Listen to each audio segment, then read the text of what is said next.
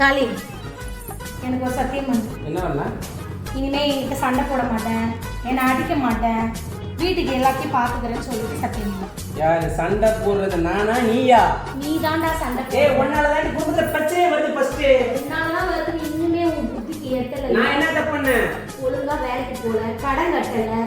ஒரு கடன் கட்டுறதுக்கு ஒரு பொண்டாட்டி மோதிரம் கொடுத்தா அதையும் கொண்டு போய் வச்சுக்கிட்டு அதுலயும் எக்ஸ்ட்ரா காசு நல்லா குடிக்கலாம். அப்படிதானே? அதுக்கு தானே சத்தியம் பண்ணு. உன் வாயாலதான் சண்டே வருது. ஃபர்ஸ்ட் அதை புரிஞ்சுக்கோ. நீ வாயை அடிக்கிறதா சண்டை வருது. இதுக்கு மேல நீ ஒரு விஷயம் பண்ற. வீட்டுல ரேஷன் அரிசி சாப்பிடுறோம், நீ மட்டும் பிரியாணி நோக்கி தின்ற. அப்போ நான் என் பிள்ளைங்க என்னடா தின்னுவோம்? நீ மட்டும் ஜாலியா தின்னுட்டு குடிச்சிட்டு மோதத்தை அழிச்சிட்டு வீட்டை எதையும் பார்த்துக்க மாட்டேன். நான் மாமா வாங்க உட்காருன்னு சொல்லி உனக்கு கெஞ்சணும்.